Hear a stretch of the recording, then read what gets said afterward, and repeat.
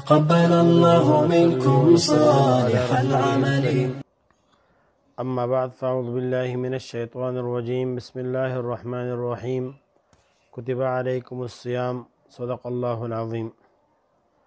محترم سامعین، آج شعبان المعظم کا آخری دن ہے اور انشاءاللہ تعالی کل سے رمضان مبارک شروع ہونے والا ہے. آپ صلی اللہ علیہ وسلم کا ارشاد مبارک ہے کہ تم پر عظیم برکت والا مہینہ آ گیا، لہذا اس کو غنیمت سمجھ کر اپنے نامہ اعمال میں نیکیوں کی زیادت کیجیے.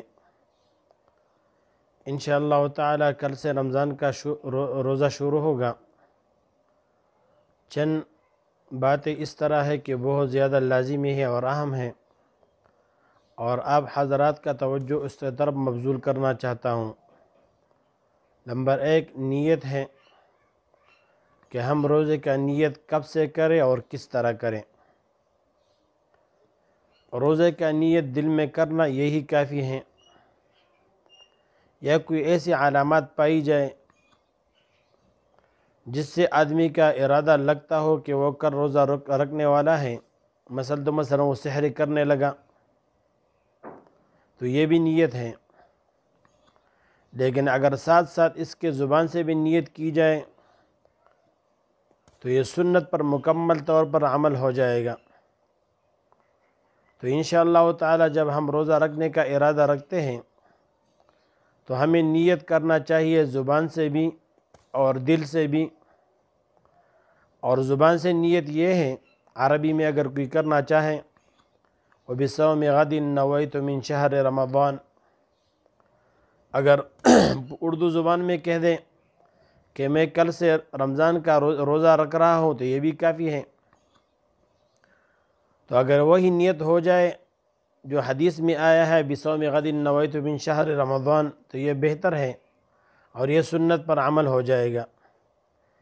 اس کے ساتھ ساتھ آپ حضرات کے توجہ ایک اہم مسئلے کی طرف لے جانا چاہتا ہوں کہ ہم حضرات بہت زیادہ غلطی کر رہے ہیں روزہ رکھنے کے وقت. تو اس کی طرف آپ ضرور دھیان دیں کہ جب آپ روزہ شروع کرتے ہیں تو ہم لوگ جب سحر ختم کرتے ہیں تو ہم سحر ختم کرتے ہیں اذان کے وقت. ایسا ہرگز نہیں کرنا چاہیے. اگر یہ اذان شروع ہو گیا اور ہم نے اذان کے ساتھ سحر ختم کر دی تو ہمارا روزہ نہیں ہوگا، ہم پر قضا لازم ہے. ہمیں اس طرح کرنا چاہیے کہ اذان سے 5 منٹ پہلے ہم روزہ بند کر لیں، کیونکہ اس میں یہ ہے کہ آدمی اذان شروع کرتا ہے اسی وقت جب ٹائم داخل ہو جائے. تو ٹائم داخل ہو گیا تو صبح شروع ہو گیا.